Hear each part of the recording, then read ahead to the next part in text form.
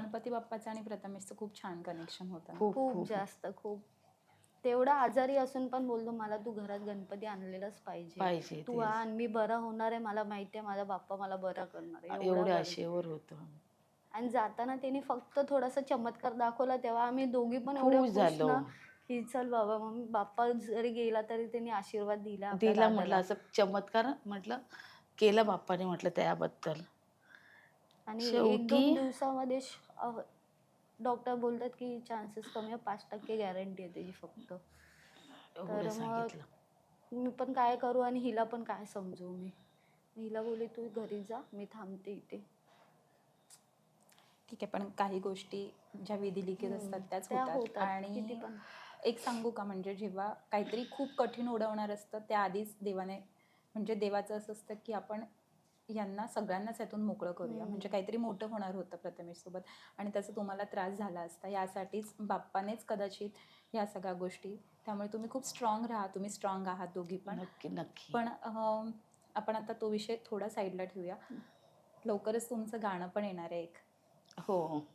हो ना. शेवटी झालं. आणि जसं तू मगाशी म्हणालीस की प्रथमेशची इच्छा होती की तुम्हाला मोठ्या पडद्यावर बघायचं, नक्कीच. आणि त्यात तुमचं गाणं येते. आम्हाला खूप अभिमान वाटतो तुमचा. या थँक्यू सगळ्या थँक्यू थँक्यू. सिच्युएशनमध्ये सुद्धा तुम्ही ज्या प्रकारे खंबीरपणे उभ्या आहात त्याचा आम्हाला खूप गर्व आहे, अभिमान आहे. आणि अशाच महाराष्ट्राच्या लेकी खूप पुढे गेल्या पाहिजे. बरोबर आहे. आणि हे सर्व पॉसिबल झालं माझ्या प्रथमेशमुळे. आणि सर्व फॅमिली माझी आहे ती सपोर्ट करणारे ते. प्रथमेशनेच मला उभं केलं आणि शेवटपर्यंत उभंच ठेवलं आहे त्याने मला आता.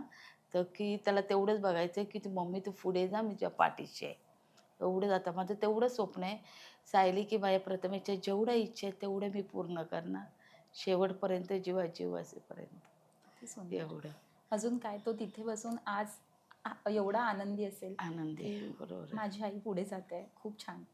हो, त्याला खूप म्हणजे त्यावेळेला ते हे पण झालं होतं, त्याला स्वप्न पण पडलं होतं बिग बॉसचं. मी महत्त्वाचं म्हणजे हॉस्पिटलला ॲडमिट करण्याच्या अगोदर उठल्यावर तो मला म्हणतो, "मम्मी मी किती छान स्वप्न बघत होतो." मी म्हटले, "कोणतं रे?"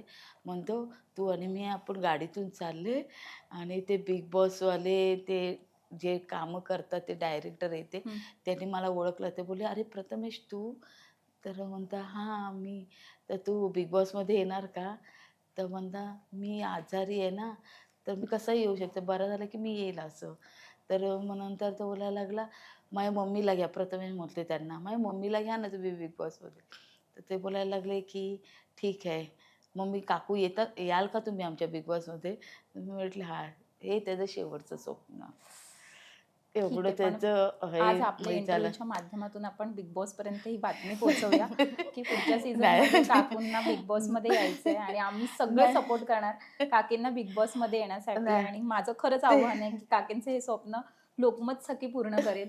आणि माझी खरंच बिग बॉसला नाही, विनंती आहे खरंच, की बिग खरंच. बॉसने आपल्या ताईंना घ्यावं आणि खूप छान वाटेल. म्हणजे म्हणजे मलाही त्याची खूप आनंद इच्छा होईल. मला म्हणजे तो तेच बोलत होता. मला म्हणतो, "मम्मी मी नसलो ना तरी तू जा तुला चान्स आला तर. सोडू नको बिग बॉसचं. तू मला मला मोठ्या पडद्यावर तुला बघायची आहे." क्या बात आहे. असं म्हणजे काम करताना तू आणि मोठी आम्हाला होताना. फक्त बिग बॉस मध्ये तुम्हाला बघायचं नाही, आम्हाला ट्रॉफी हवी आहे साहजिकच घरी. आहे. ते एकदा बिग बॉसमध्ये गेलं तर बास होईल. माझं एवढं स्वप्न होईल. म्हणजे ट्रॉफी-बिफीचं एवढं नाही, पण एवढं त्याची इच्छा पूर्ण होईल एवढंच मला बाकी काय नाही. म्हणजे त्याचं जाण्याच्या अगोदरचं हे स्वप्न त्याने मला सांगितलं. क्या बात है. म्हणून मी हे शेअर केलं तुमच्याशी. बाकी अजून कुठे केलं नाही. पण त्याचे तेवढं तर शेवटचं स्वप्न हे होतं त्याचं.